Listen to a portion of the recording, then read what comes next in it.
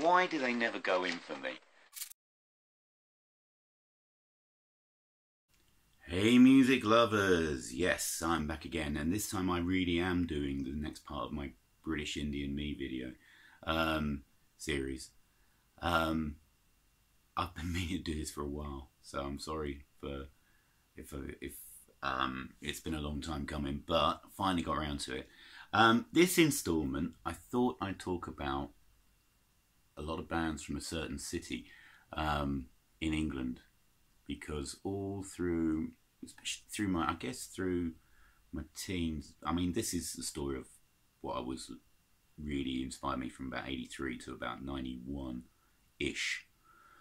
But one city cast a massive shadow of the musical landscape of indie in the 80s, and I'm not even going to skim the surface, to be honest, of everything that came out of that particular city. But the city is Manchester. Gave rise to so many good bands. So I thought I'd take you on a quick whirl through some of the records that have just meant so much to me over that decade, or near decade. Again, this is just a partial skim through, really. After this great splurge that I had with my goth videos, a pair of them, I thought I'd pare this one back a bit and try and talk about what the actual records meant to me more. We'll see how we go. We'll see. Anyway, first one. So this is in a kind of chronological order, so the records might be out of sync, my personal chronological order. So the records might be out of sync date-wise, but it's kind of where I stumbled upon them as I grew up. So the first one, oh my God, it was one of those same moments as I talked about This Charming Man with the Smiths. Now I'm not going to show that record again because it's already been shown once. It probably will be shown again. And I'll try and talk about it in a different way. We'll see if I can. But there I was, Oxford Street HMV store in, I think it was November 1983. And I think I'd actually gone there to buy a copy of Queen's Greatest Hits. But then this thing came on over the sound system. And it was another one of those moments. It was another one of those moments where I was just absolutely blown away by what I was hearing. I just couldn't believe I was hearing this. I was immediately smitten by it. And I still am, and it's still one of my favourite songs. And that record is this one. Yes, it's Blue Monday by New Order. So this is probably the first, well, it's the second Manchester record that I ever really heavily got into. This is my original copy from the 80s. I think I eventually got it for Christmas that year. I think I asked somebody to get me this because it was that good.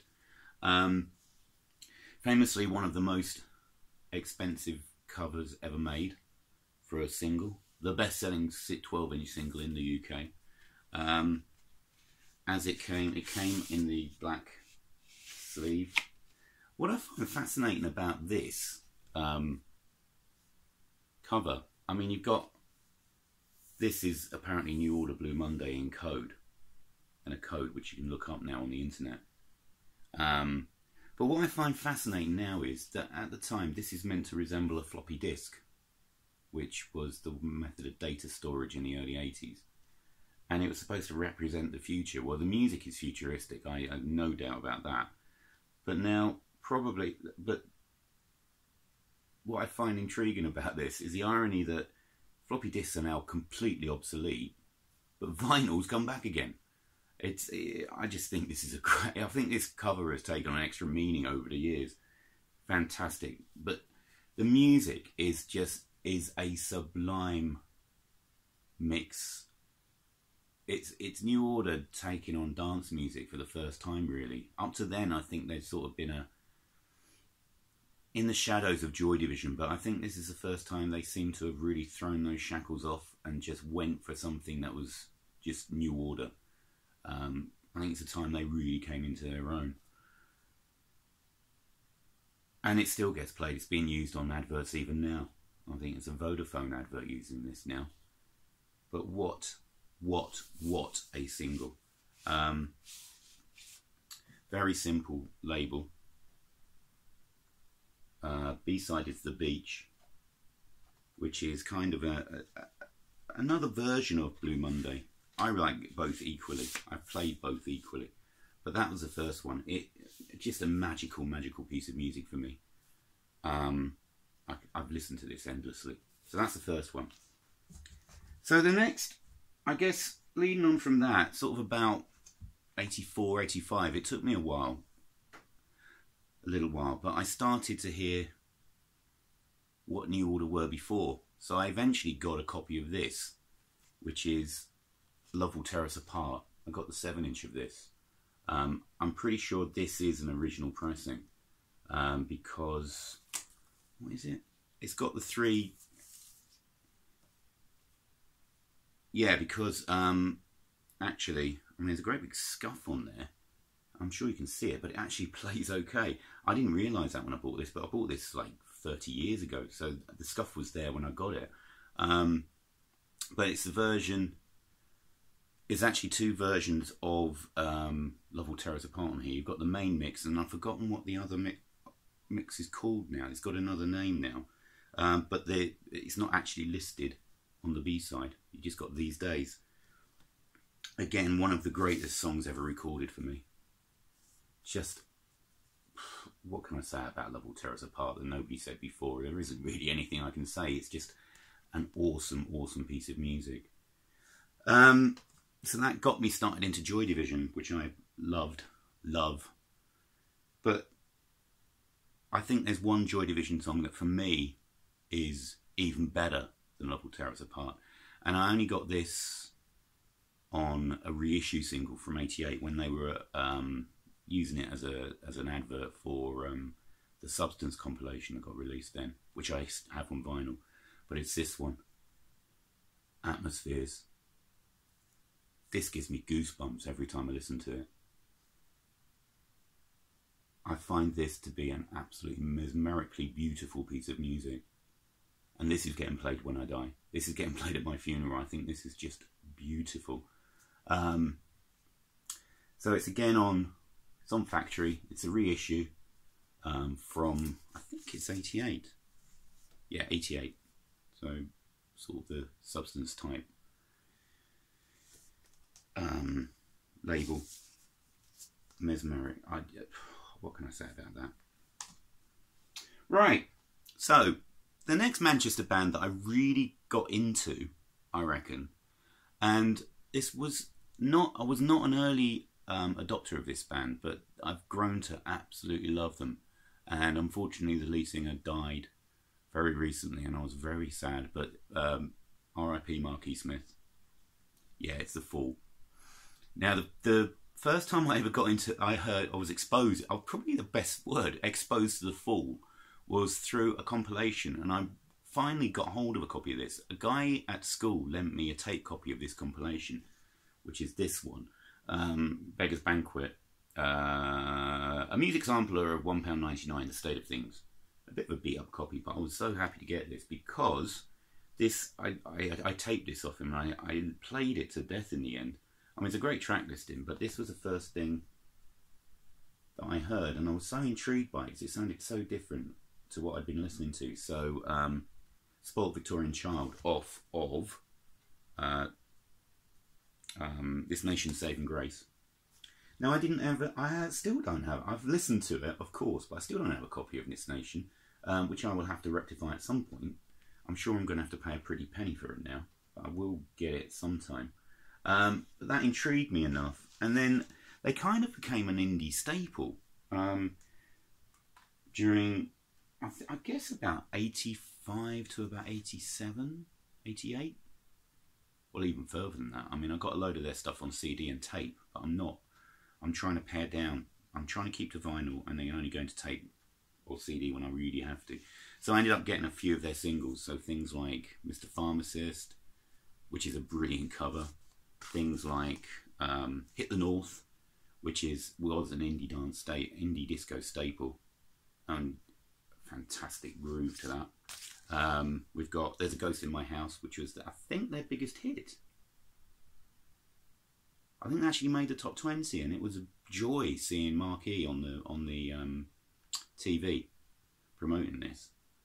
And then also the other cover that made the charts was their cover of Victoria, which I suppose those two covers, these two, oh wait a minute, these two really did bring them to a far wider audience than I think they had to at that point. I remember really the impact of the Fall on me really solidified when I was living at the time up in the centre of London, and I found out that they were doing an in-store appearance at the HMV, the newer HMV store, which I don't even know if it's still there, in Oxford Street. The one that was not the one that was by Marble Arch, but the one that was further up, right near Oxford Circus, for those of you who know London at all. And they were playing tracks from this, which is my favourite Fall album, The Friends Experiment. I think this kind of opened me up to a lot of avenues. It seemed to take a lot of inspiration from people like Can. Started figuring those guys out.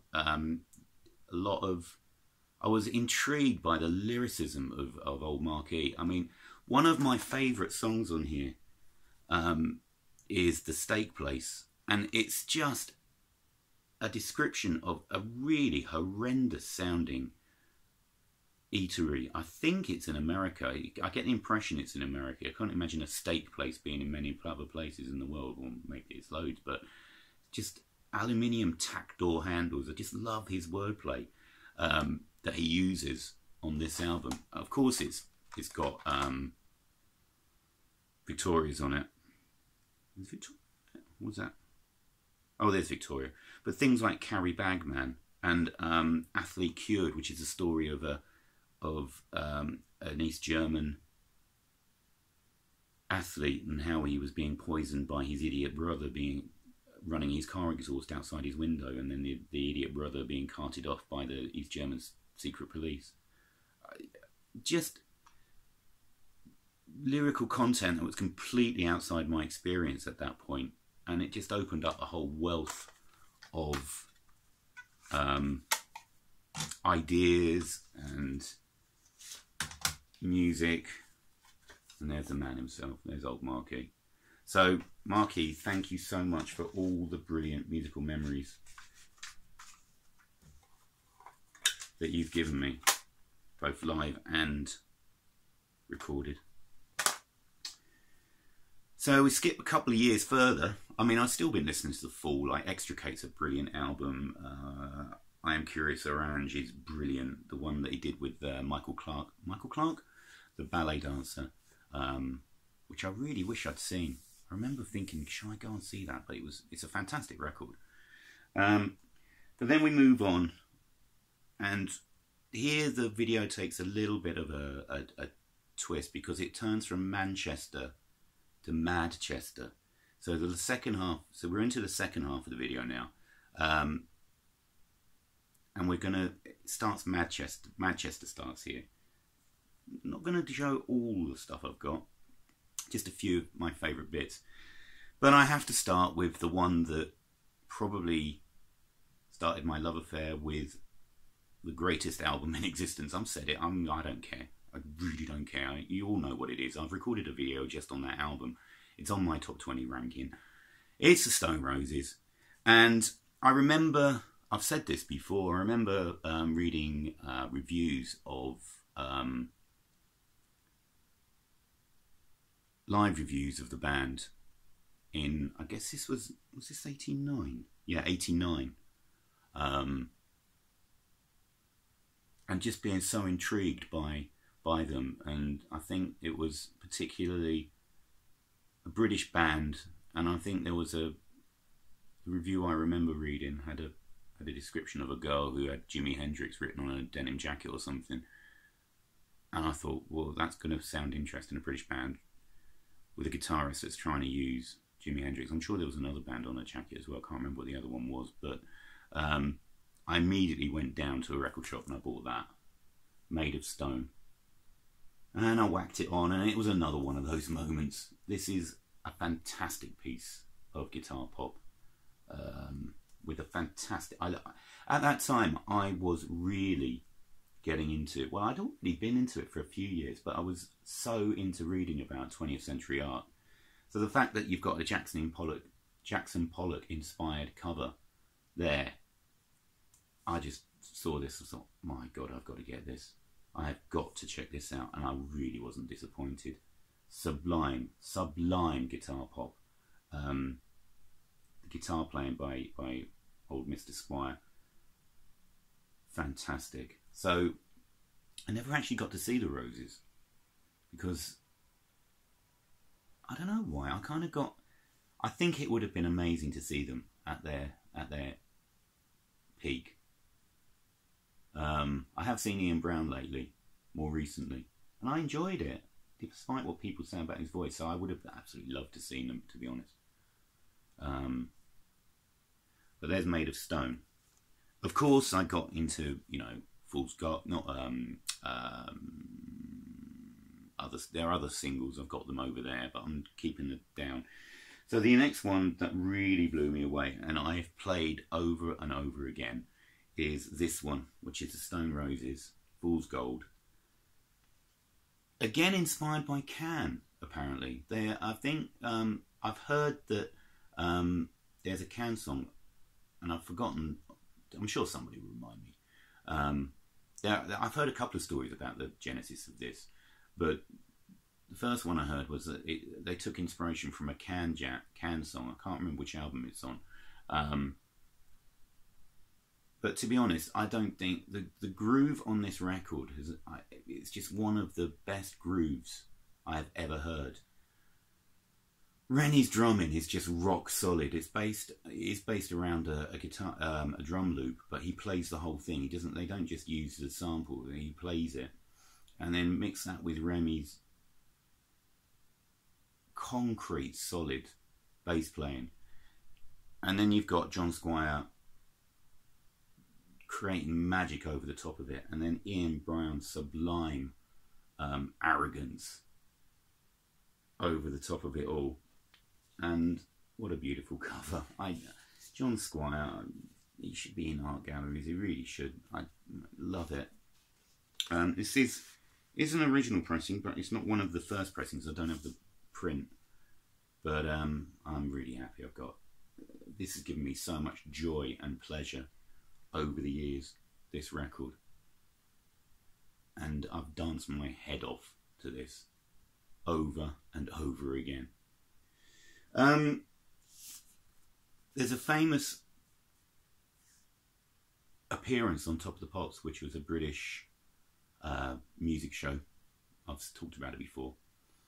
I think it was late '89, but basically Stone Roses went on and they played Fool's Gold.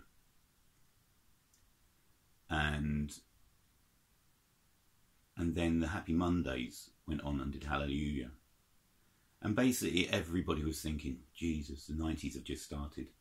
It was that kind of moment for people into this kind of music. It was an incredible, incredible moment. And I really remember. I was never into Hallelujah, funnily enough. I never bought into that one wholesale. This, I lapped it up. But I didn't really lap up the Mondays until this one. Which is Step On, which is now iconic. I mean, Twisting My Melons, man. It's a brilliant, brilliant single.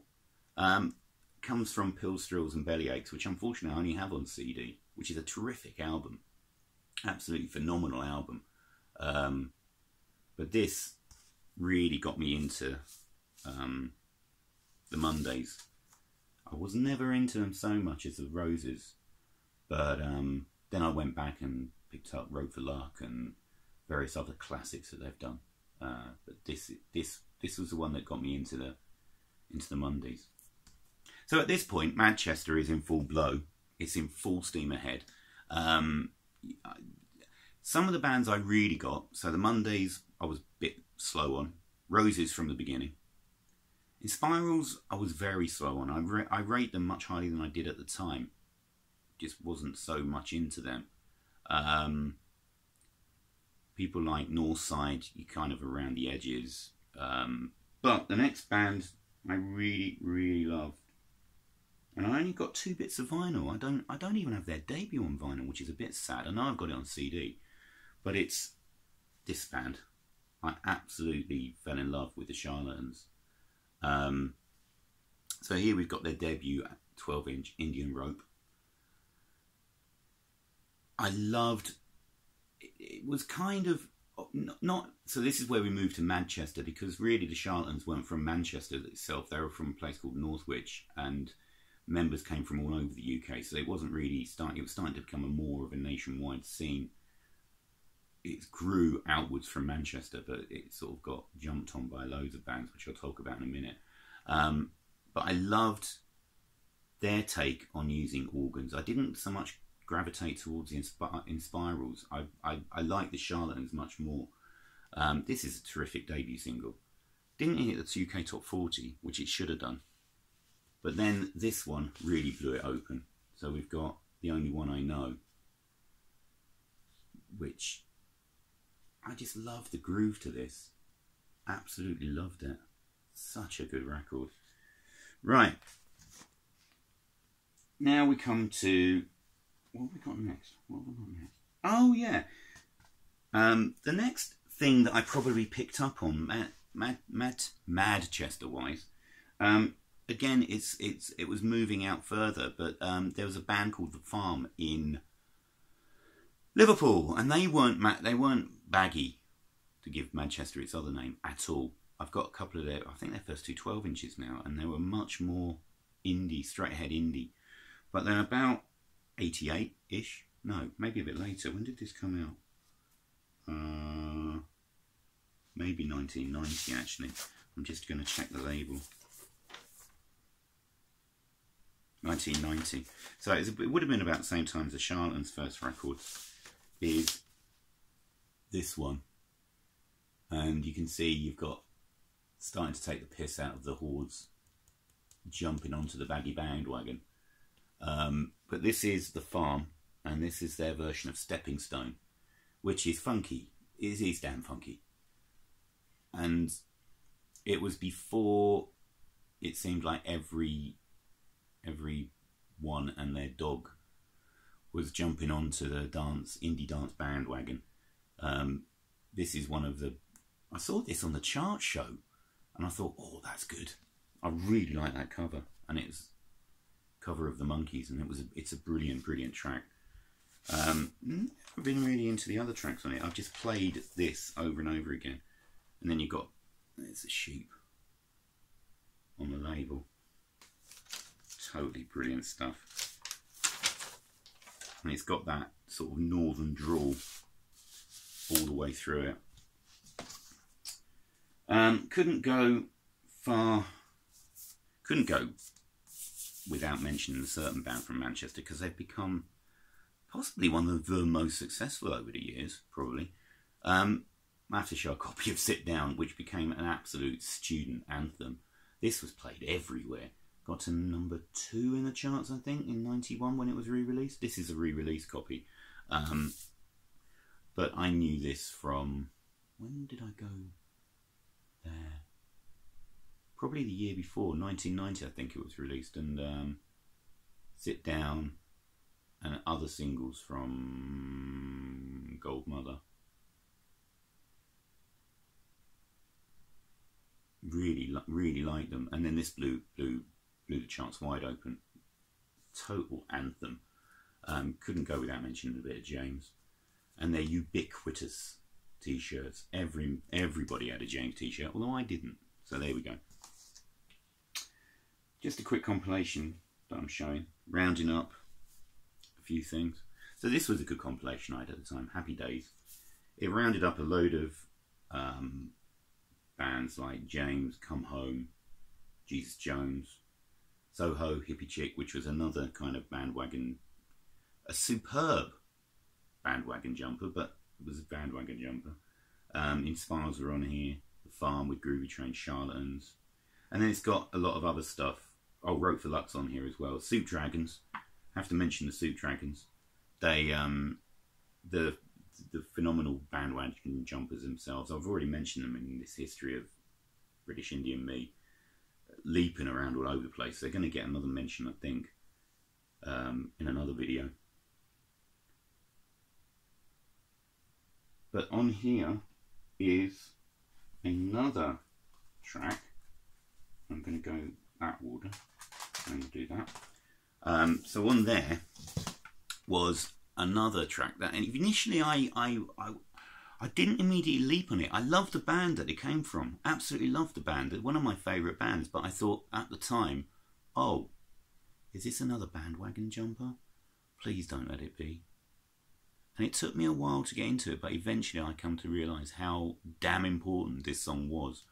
And that song, I've only got it on a CD, EP. I think this is an American copy. And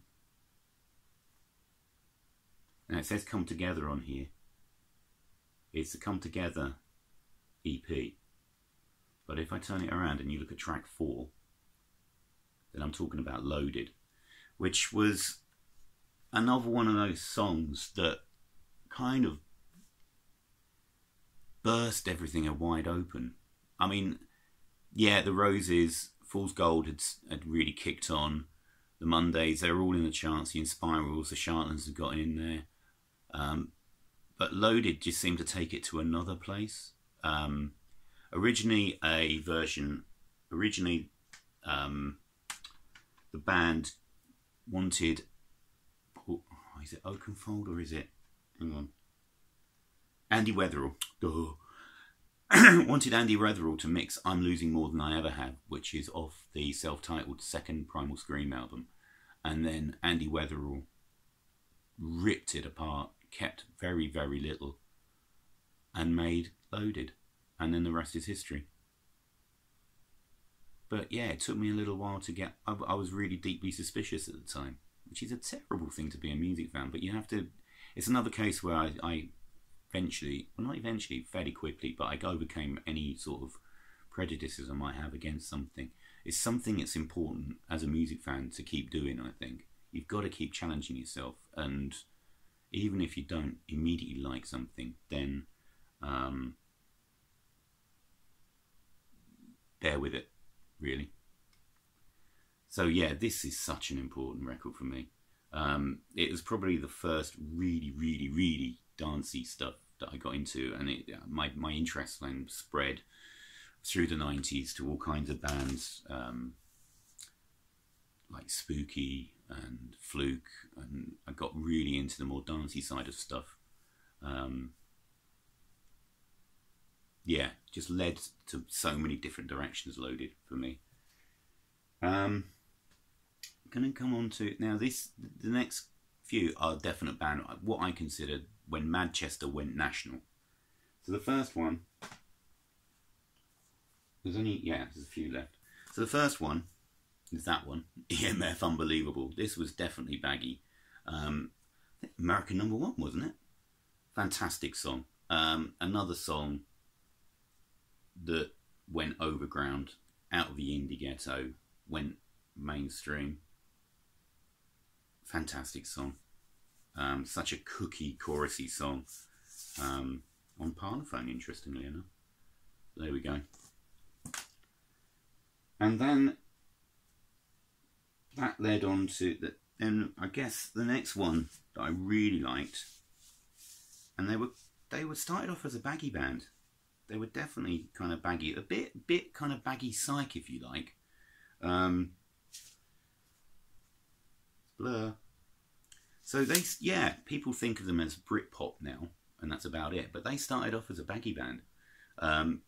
She's So High was more of a kind of... See, they straddled the line between shoegaze and baggy, which were the two main indie movements, sort of 89, 90, 91. And I will be touching on shoegaze in another video, which you might see these again.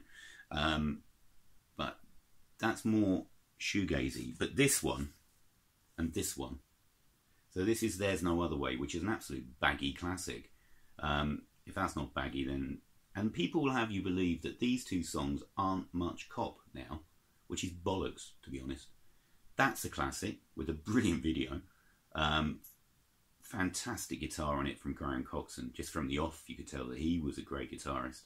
And then Bang, which is, I think, has got a brilliant chorus to it.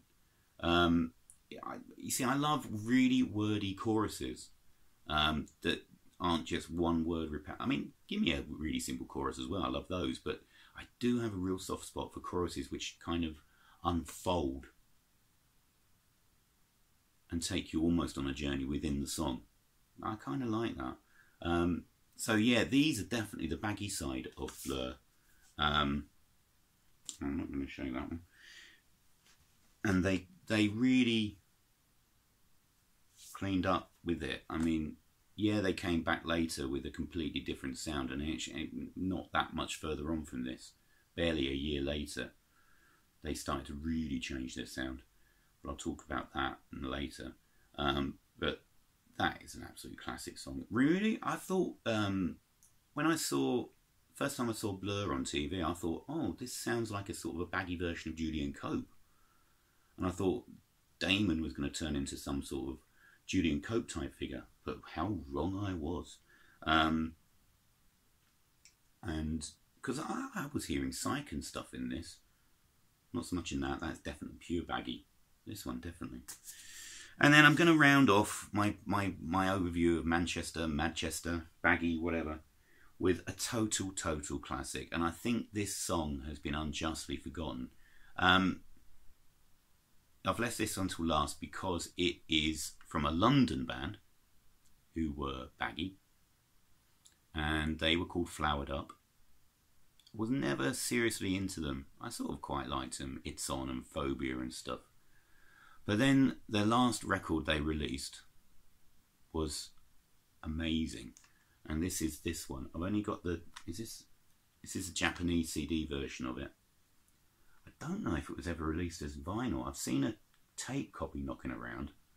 But it's a 13-minute long song based off a quote from by Jimmy from Quadrophenia.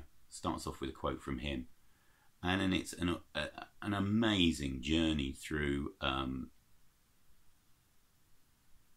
basically weekenders, people who work all week and then live it up during the weekend, which is what I'm sure a lot of people sort of in that scene tended to do, and still tend to do. From Quadrophenia on, is like you work during the week, you get off your tits at the weekend. But if you've never heard this, and it's another one I really recommend, because this is an absolute journey through baggy, touches of soul, touches of funk. It's just so much. It's easily the best thing Flowered Up ever did, and I think it basically was Baggy's last true statement, to be honest. Such a phenomenal song. So there we go. Manchester. So much to answer for. So thank you very much for lasting. This is a fairly long video, I think. I've tried not to show too many records and songs and stuff, but I think hopefully it's been worthwhile. So next up is going to be a video about a certain band that really came to represent everything about British indie to me. You can probably guess which band that is going to be, but I'll keep it a secret until I actually record the video. And I hope to see you all again in my next instalment. So thanks ever so much, everybody who stuck around to the end. I hope you've had an interesting and enjoyable time. And thanks for letting me share some memories with you. So cheers, everybody. Bye.